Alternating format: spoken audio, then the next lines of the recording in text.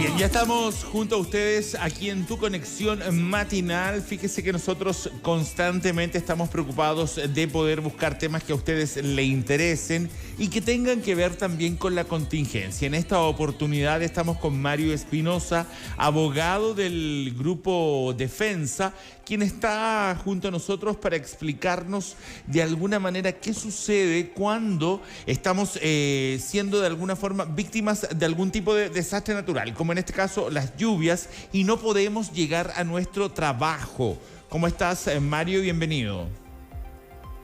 Hola, ¿cómo están? Muchas gracias por la invitación.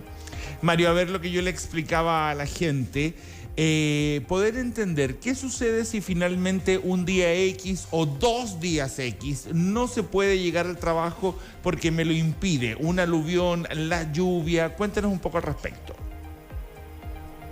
Claro, en estricto rigor, en situaciones normales, cuando hay inasistencia del trabajador, ese día no trabajado no se paga, ¿verdad? Se descuenta de la remuneración mensual.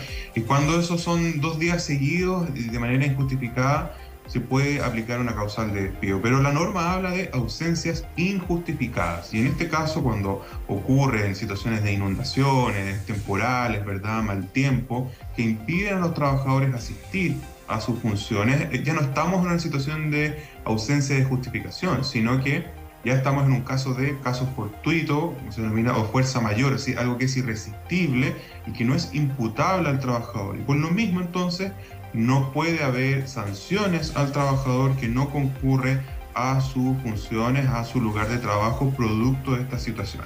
Ahora, cuando estamos hablando de esto, Mario, ¿cómo tú lo explicas? Porque una cosa es lo que aparece en las noticias, ¿verdad? Digamos, tu jefe puede ver que en la televisión, en la radio, en los diarios, en las webs, hay una catástrofe, está cayendo lluvia, está metido el presidente, están los ministros. Tú lo notas, tú lo ves, pero ¿qué pasa cuando de alguna forma la catástrofe, la situación se está dando de alguna forma un poco más anónima? Cuando es solo un pueblo, cuando algo que no apareció en la televisión, ¿cómo tú puedes avanzar en un trámite que tenga que ver con eso, que sea catástrofe, pero más discreta en materia de noticias? Sí. A ver, lo primero es que hay una resolución administrativa que declara un estado de catástrofe de una determinada zona. Por lo tanto, eso ya es indicativo de una situación extraordinaria, probablemente una situación de fuerza mayor, producto de actos o hechos de la naturaleza. Aquí estamos un poquito al criterio. Lo primero, tenemos que entender que la legislación laboral está hecha como primera norma como un estatuto protector de los derechos del trabajador. Por lo tanto, todas las formas de interpretar las situaciones que ocurren en una relación laboral y cómo se aplica la ley, siempre se interpreta con un criterio que favorece al trabajador. Por lo tanto, ante situaciones de duda, ante situaciones de distintas visiones sobre un determinado hecho, siempre se va a preferir aquella que beneficia al trabajador. Por lo tanto, habrá que estar al caso concreto, pero es evidente que si estamos hablando de hechos que son públicos, de hechos que son notorios, no es necesario probar que yo, no sé, tenía la calle donde yo vivo absolutamente inundada y por eso no pude asistir. En general, las autoridades, la Dirección del Trabajo, los mismos tribunales de justicia en sus fallos han establecido este criterio de beneficiar al trabajador cuando hay situaciones que pueden ser un poquito confusas o de interpretaciones distintas, pero la recomendación es muy clara. O sea, a los empleadores que no quieren verse expuestos incluso a multas que no son bajas, es que deben aplicar un criterio de tolerancia ante estas situaciones, tolerar atrasos si es que estos ocurren, o incluso inasistencias, porque, insisto, solamente se puede sancionar la inasistencia cuando es injustificada y no ante situaciones que constituyen casos fortuitos fuerza mayor, como son, por ejemplo, estas inundaciones que ha vivido el centro-sur del país. Ok, Mario, ahora cuando hablamos de esta situación, bueno, es algo que viven todos, ¿verdad? Toda la población, todo el sector, toda la ciudad, toda la región. Sin embargo, ¿qué pasa cuando esto se transforma en algo un poco más personal? Si a ti se te quemó la casa, si en tu casa hubo una inundación, si, por ejemplo, la gente que está en este tema de este edificio en Viña del Mar, que tuvo que ser evacuada, no es algo que afectó a toda la población, sino que a ese grupo. Eso también, ¿cómo lo justificas? ¿Qué dices? Lo primero es dar aviso a tu empleador. Yo creo que eso es lo primero que tiene que hacer un trabajador, avisar la situación por la que está pasando, comunicar la emergencia o la urgencia que tiene y cómo ésta se justifica. Podrá adoptar distintos medios de prueba, pensando no en la justificación, porque el hecho en sí mismo, por el hecho solo de ocurrir, justifica la inasistencia. Creo que estamos pensando en que, por ejemplo, el empleador tome alguna represalia producto de este hecho, te descuente el día, por ejemplo, o te despida porque entiende que hay abandono de labores, o se produce o se configura la inasistencia injustificada por 2 o más días. Ante esa situación basta fotografía, basta, en general en derecho, se dice, los hechos públicos y notorios no es necesario probarlos, porque efectivamente son públicos y notorios. Por ejemplo, la situación de este edificio en Viña del Mar pues es un hecho público notorio, o sea, está ahí. Basta ver lo ocurrido, basta ver la cobertura de prensa que se hizo, o incluso hasta una inspección personal del tribunal en su minuto que vea la situación que está, en que estas personas, por ejemplo, fueron evacuadas. Si tuviera que ver, por ejemplo, con los conserjes que trabajan ahí. Sí, oye, yo soy conserje de este edificio, aquí hay una situación de riesgo para mi integridad física y psicológica, porque recordemos además que esto es importante. Los empleadores, las empresas, tienen la obligación legal de resguardar la integridad física y psíquica de sus trabajadores y por lo tanto situaciones de riesgo para ellos obviamente implica un incumplimiento por parte del empleador hacia el trabajador. Perfecto. ¿Qué pasa, Mario, si a pesar de tener todos estos antecedentes, mi empleador igual me echa? Igual me dice, ¿sabe qué? A mí no me interesa, ¿sabe qué? Usted causó un daño tal día al no venir a la empresa porque fue inesperado, porque lo que sea, no alcancé al reemplazo, lo que sea, y me saca igual. ¿Cuáles son los pasos que se deben dar? Lo primero es, siempre nosotros recomendamos hacer un reclamo, presentar un reclamo de manera administrativa a la Inspección del Trabajo. Primero para que la Inspección del Trabajo fiscalice y eventualmente si ve un incumplimiento de la normativa laboral, aplique la multa que corresponde a la empresa o al empleador, que puede llegar hasta 60 UTM, estamos hablando más de 3,5 millones de pesos, por lo tanto no es un monto menor. Junto con ello, probablemente a todas luces, según lo que tú explicas y según lo que estamos viviendo hoy día en el país, ese despido fue absolutamente injustificado o indebido. Las desvinculaciones bajo el sistema chileno tienen que ser siempre causados, tienen que ser siempre invocar una causal legal y esa causal legal tiene que estar bien aplicada. Y por lo tanto, si yo, por ejemplo, despido a mi trabajador porque se tuvo que ir arrancando de su lugar de trabajo porque se salió el río, venía la inundación. O yo no pude asistir a mi trabajo porque mi calle estaba anegada y no pude salir de mi casa.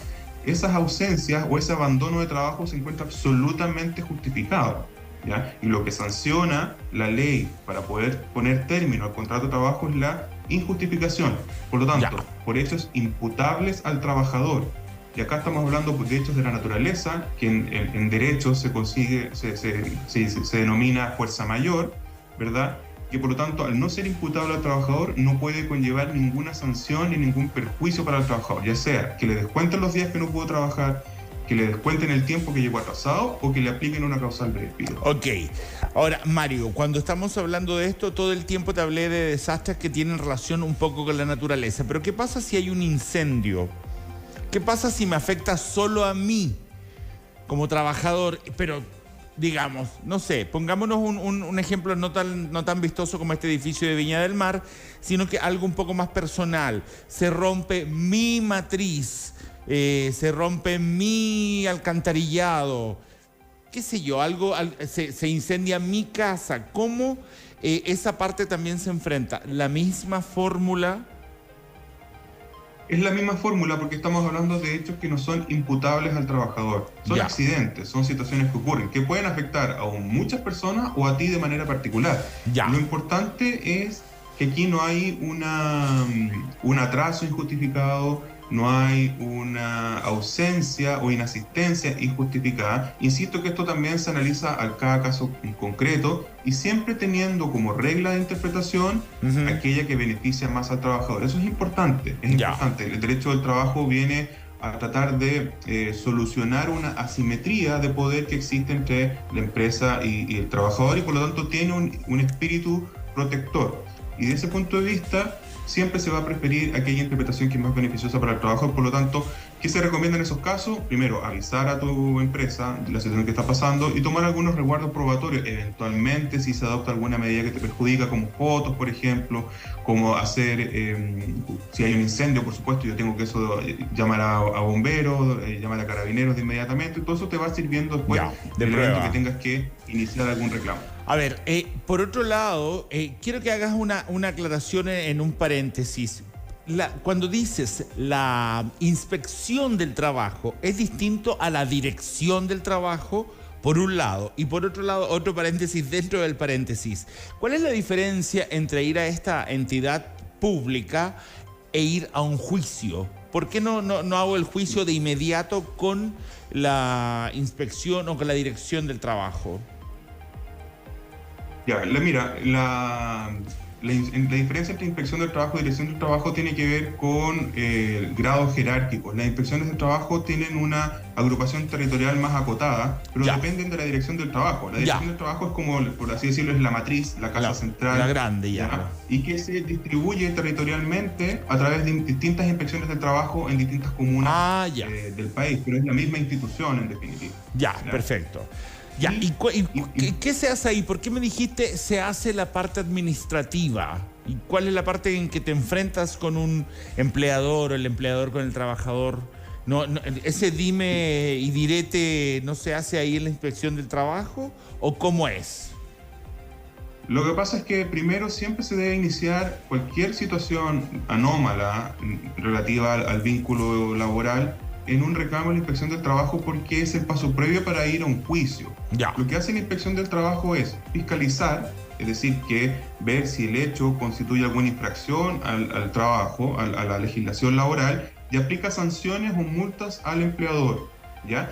Y respecto al vínculo laboral que une a la empresa con el trabajador, trata de conciliar, de que se llegue a un acuerdo. Ahora, si no hay acuerdo, no queda más que al trabajador iniciar un juicio. Entonces, es la etapa previa a un juicio, y de hecho muchas demandas en materia laboral exigen primero tener terminada la instancia de reclamo administrativo ante la inspección del trabajo. Por lo tanto, es un paso primero que viene posteriormente el juicio. Ahora, es importante señalar también que lo que determine la inspección del trabajo en una fiscalización no es la última palabra. Eso siempre puede ser revisado judicialmente. O sea, por ejemplo, si a nivel de empresa a mí me aplican una multa, yo puedo reclamar judicialmente de esa multa para que sea el tribunal laboral el que en definitiva vea si está bien o no aplicada esa multa.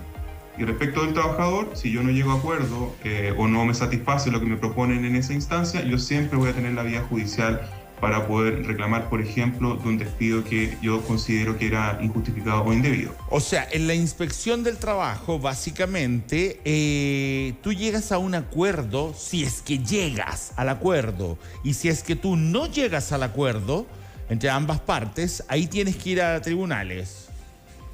Exactamente, y ese acuerdo que tú llegas o logras en la inspección del trabajo es vinculante para la empresa. Es decir, si no lo cumple, yo puedo judicialmente exigir su cumplimiento forzado, incluso con recargos legales. Entonces, siempre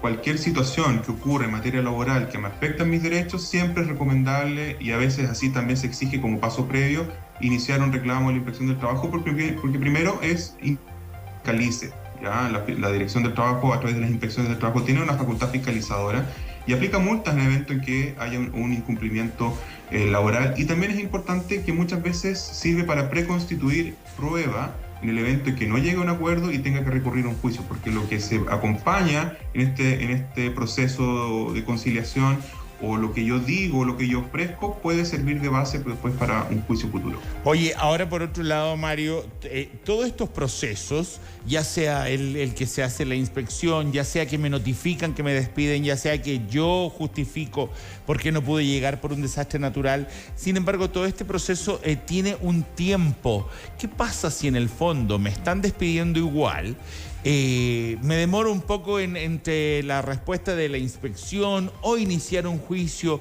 ¿El trabajador queda sin sueldo durante ese tiempo o hay algún tipo de imposición, como por ejemplo en las pensiones de alimentos, que están estos de alimentos provisorios, que mientras se resuelve el definitivo te van dando una cantidad de plata? ¿Pasa algo parecido en este tiempo, en esta instancia? No, Ya, no hay una especie como de alimentos provisorios o que se te mantenga el sueldo mientras tú estás demandando. ya. Lo que sí existe hoy día es el seguro de cesantía. O sea, si a ti te Ah, despiden, ya, ya, aun cuando ese despido sea injustificado, tú vas a poder cobrar tu seguro de cesantía, que está pensado precisamente para este tipo de situaciones. Es importante que las personas tengan muy en claro que en el evento que yo sea desvinculado, tengo un plazo para demandar y que es muy ya, cortito. Son 60 días hábiles, ¿ya? 60 días hábiles desde la separación del trabajador, que yo tengo para demandar. Ahora, si yo presento un reclamo administrativo, ese plazo de 60 días hábiles se suspende, pero en ningún caso yo puedo presentar mi demanda laboral reclamando el despido injustificado después de 90 días hábiles desde la desvinculación. a Entonces ver. son plazos súper importantes que yo tengo que tener presentes. A ver, Mario, a ver, expliquemos un poco mejor esa parte. 60 días hábiles para que tú pongas este reclamo en la inspección del trabajo, pero Para paralelamente presentar mi deberías... demanda. ¿Ah? Para presentar la demanda.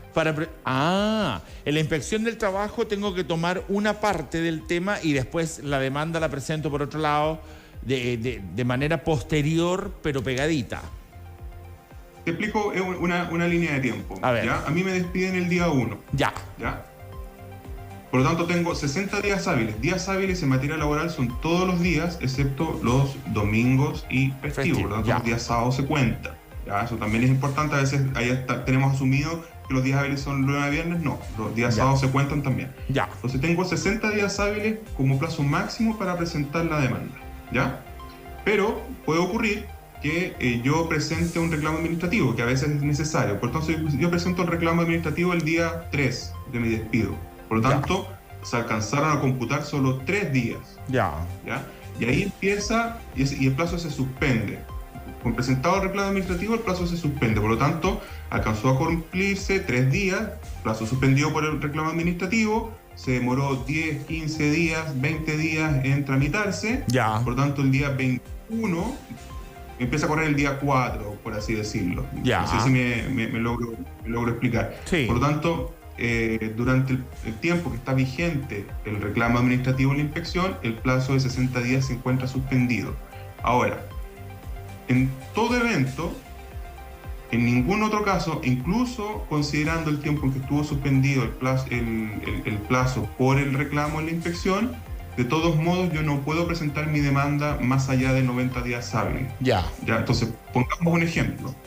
Si el reclamo administrativo se demoró más de 30 días, 45 días, 60 días, yo igual tengo que presentar la demanda antes de los 90 días, aunque el reclamo administrativo no esté terminado. Ahora, en regla general, en la gran mayoría de los casos, no toma tanto tiempo en reclamo, se tramita se tramitan de manera bastante rápida, precisamente porque este corto plazo que tiene el trabajador para demandar.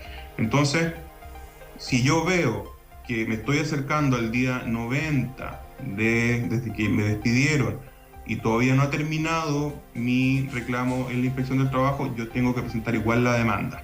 Ahora, si no ha pasado ese plazo, rige el de los 60 días, insisto, suspendido durante el tiempo que se tramitó el reclamo administrativo. Ahora, de todos modos, eso se le explica y se les informa muy bien a los trabajadores que han presentado los reclamos, porque, insisto, son plazos súper importantes que hay que tener presentes. Ok, Mario, ¿todo esto es asesorado por abogados o hay también ciertas instancias en que no requieres el abogado? En la inspección del trabajo no requieres abogado. Ahora, en general, nosotros igual recomendamos Ir asesorado. ir asistido, principalmente porque a veces se toman conceptos que son a veces que no se entienden, o conceptos legales que requieren alguna explicación, no obstante que el fiscalizador de la inspección del trabajo tiene la obligación legal de explicarle con peras y manzanas al trabajador de lo que se está conversando y qué es lo que se está proponiendo, para que lo entienda y pueda tomar una decisión informada. Pero sin perjuicio de ello, es bueno siempre contar con la asesoría de abogados, y en general, en materia laboral, uno trabaja contra resultados, es decir, Solamente en el evento que se obtenga una indemnización, un monto para el trabajador, se cobran honorarios descontados de ese monto. O sea, no se paga todo evento, por lo tanto, es muy recomendable asistir acompañado con abogado en esta instancia de reclamo de la Inspección del Trabajo. Perfecto. Ahora cuéntame desde otra perspectiva, ¿qué pasa si no llego a trabajar porque perdí un avión, un bus, un tren, o alguna de estas empresas no salió el vuelo, no salió el viaje y nos dejan en tierra y estoy, no sé, en un lugar muy alejado que no puedo llegar de otra manera, digamos, estoy en Punta Arenas o estoy en Buenos Aires y no puedo llegar? ¿Cómo se hace esa parte? Ahí volvemos a la norma de que si es imputable o no al trabajador. Si yo no llegué a tomar un vuelo o tomar un bus porque me quedé dormido, porque me atrasé simplemente, eso es imputable a mí. Por lo tanto, ahí va a correr el descuento. Me van a descontar el día que yo no trabajé producto de este hecho. Pues si eso se mantiene durante 2 días seguidos, me podrían despedir. Ahora, claro, es poco probable que lleguemos a eso porque podré teletrabajar, podré estar en contacto, depende mucho de las labores que la persona desempeñe también. Ahora, si el vuelo se canceló o si el vuelo se retrasó y eso me impidió llegar a mi lugar de trabajo, eso ya no es imputable al trabajador y por lo tanto la inasistencia no estaría injustificada, por lo tanto no podrían descontarme ese día o no podrían sancionarme por ese día, o bien no podrían descontarme por el atraso porque, insisto, no es imputable al trabajador. Ya, y ahí tendría que pedir un comprobante que si yo a la línea aérea, a la empresa de trenes, de buses, que no salió el vuelo, que bla, bla, bla. Claro, porque además recordemos que hoy día en lo que son transportes interprovinciales o de extranjero, hay una normativa que protege al consumidor, ¿ya? Y por lo tanto hay una serie de obligaciones para las empresas, no solamente aerolíneas, sino que también buses interprovinciales, trenes de pasajeros, de compensar a los pasajeros que se han visto afectados por causas que no son imputables a ellos, como sobreventa, como retraso, como cancelación de vuelos, y basta una constancia o un documento de la compañía que me iba a transportar para que a mí me justifique frente a mi empleador la situación que no es imputable a mí. Perfecto.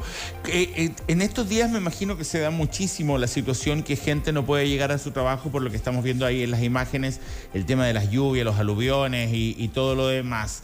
Esto... mira, es la idea que te quiero plantear es la siguiente. Si yo estoy en esta situación súper complicada, todo mi pueblo bajo el agua, y no tengo la forma de comunicarme porque se cayeron las antenas de internet, porque se cayó el celular y no sé qué, ¿puedo aparecer a los 2, 3 días explicando el tema? Y que realmente estaba complicado, realmente tenía el agua al cuello, tenía un adulto mayor a cargo en la casa, o tenía niños, no tenía con quién dejarlos, todo eso. ¿Puedo aparecer varios días después a decirlo si no tuve forma realmente? Por ejemplo, ahora hay 44.000 personas aisladas en este minuto, según el último informe de Senapred. Se entiende que aisladas no solamente en conectividad, sino que sí también hay algunos que están aislados telefónicamente. ¿Puedo aparecer después de unos días hasta que me rescate el gobierno, hasta que llegue Carabineros, no sé? Sí, totalmente.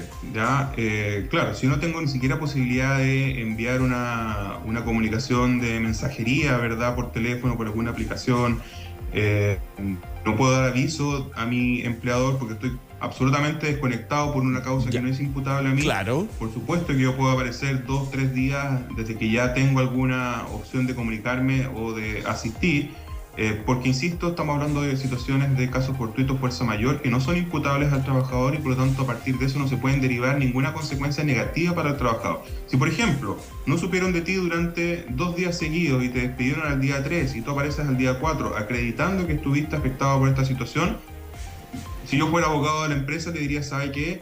Deje sin efecto el despido y sigamos con la relación laboral de este trabajador, porque es evidente que estamos en una situación de fuerza mayor y si él me demanda, porque sus ausencias fueron justificadas, yo ese juicio lo voy a perder y va a tener que pagarle una indemnización, además recargada. Entonces, sí, lo que recomendamos es que apenas yo tenga alguna señal telefónica que me permita dar aviso, dé aviso. Lo haga. ¿Ya? Lo haga. Pero por supuesto que si no hay absoluta desconexión y no he podido avisar y transcurren 2, 3, 4 días, me Al debieran explicar debería reincorporar si es que me entendérseme. despidieron.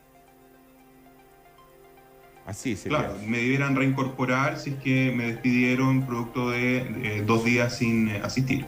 Porque insisto, Ok. esa inasistencia es injustificada. Perfecto. Mario, muchas gracias por haber estado con nosotros. Creo que hiciste una explicación súper clara del tema. Ojalá que todo el mundo haya visto esta entrevista y bueno, y que se pueda aclarar con el tema. Así que muchas gracias por tu buena disposición para estar con nosotros. Que estés muy bien. No, muchas gracias a ustedes, que tengan un muy buen día, feliz por la invitación, así que quedamos disponibles cuando lo necesiten. Muchas Muy gracias. amable a ti y al grupo de defensa también. Nosotros nos vamos a un corte y regresamos con más Tu Conexión Matinal. No se vaya, siga junto a TVR.